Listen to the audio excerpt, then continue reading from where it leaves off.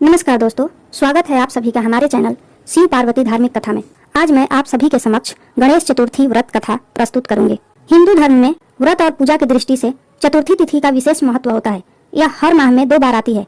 कृष्ण पक्ष की चतुर्थी तिथि को संकष्टी चतुर्थी या गणेश चतुर्थी कहते हैं। वहीं जो चतुर्थी तिथि शुक्ल पक्ष में पड़ती है उसे विनायक चतुर्थी कहते हैं। इस दिन गणेश पूजन से भक्तों के सारे पाप कट जाते हैं और उनकी सारी मनोकामनाएं पूरी होती है। गणेश चतुर्थी व्रत कथा। एक बार भगवान शिव तथा माता पार्वती नर्मदा नदी के किनारे बैठे थे।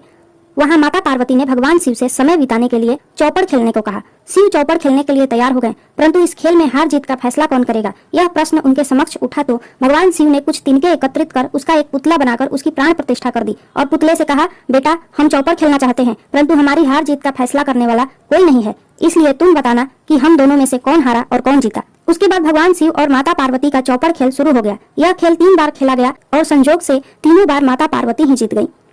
खेल समाप्त होने के बाद बालक से हार जीत का फैसला करने के लिए कहा गया तो उस बालक ने भगवान भोलेनाथ को विजयी बताया। यह सुनकर माता पार्वती क्रोधित हो गईं और क्रोध में उन्होंने बालक को लंगड़ा होने, कीचड़ में पड़े रहने का श्राप दे दिया। बालक ने माता पार्वती से माफी मांगी और कहा कि यह मुझसे अज्ञानवश हो गया है, मैंने किसी द्वेष भाव में ऐसा नहीं किया। बालक द्वारा क्षमा मांगने पर माता ने कहा, यहाँ गणेश पूजन के लिए नाग कन्याएं आएंगी, उनके कहे अनुसार तुम गणेश व्रत करो, ऐसा करने से तुम मुझे प्राप्त करोगे। यह कहकर माता पार्वती शिव के साथ कैलाश पर्वत पर चली गई।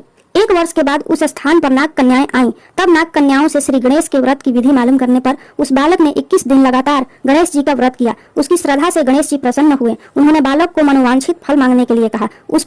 उस बालक ने कहा, हे विनायक, मुझे इतनी शक्ति दीजिए कि मैं अपने पैरों से चलकर अपने माता पिता के साथ कैलाश पर्वत पर पहुंच सकूं और वे यह देखकर प्रसन्न हो। तब बालक को वरदान देकर श्री गणेश जी अंतर्ध्यान हो गए। इसके बाद वह बालक कैलाश पर्वत पर पहुंच गया और कैलाश पर्वत पर पहुंचने की अपनी कथा उसने भगवान शिव को सुनाई। चौपड़ वाले दिन से माता पार्वती शिव जी से विमुख हो गई थी। अतः देवी के रुष्ट होने पर भगवान शिव ने भी बालक के बताए अनुसार 21 दिनों तक श्री गणेश का व्रत किया। इस व्रत के प्रभाव से माता पार्वती के मन में भगवान शिव के लिए जो नाराजगी थी वह समाप्त हो गई। तब यह व्रत विधि भगवान शंकर ने माता पार्वती को बताई। यह सुनकर माता पार्वती के मन में भी अपने पुत्र कार्तिकेय जी से मिलने की इच्छा जागृत हुई। तब माता पार्वती ने भी 21 दिन तक श्री गणेश का व्रत किया तथा दुर्वा, फूल और लड्डुओं से गणेश जी का पूजन अर्चना किया। व्रत के 21वें दिन कार्तिकेय भगवान स्वयं माता पार्वती जी से मिलने आ गए। उस दिन से श्री गणेश चतुर्थी का यह व्रत समस्त मनोकामनाओं की पूर्ति करने वाला व्रत माना जाता है। इस व्रत को करने से मनुष्य के सारे कष्ट दूर होकर मनुष्य को समस्त सुख सुविधाएं प्राप्त होती है। बोलिए श्री गणेश भगवान की जय।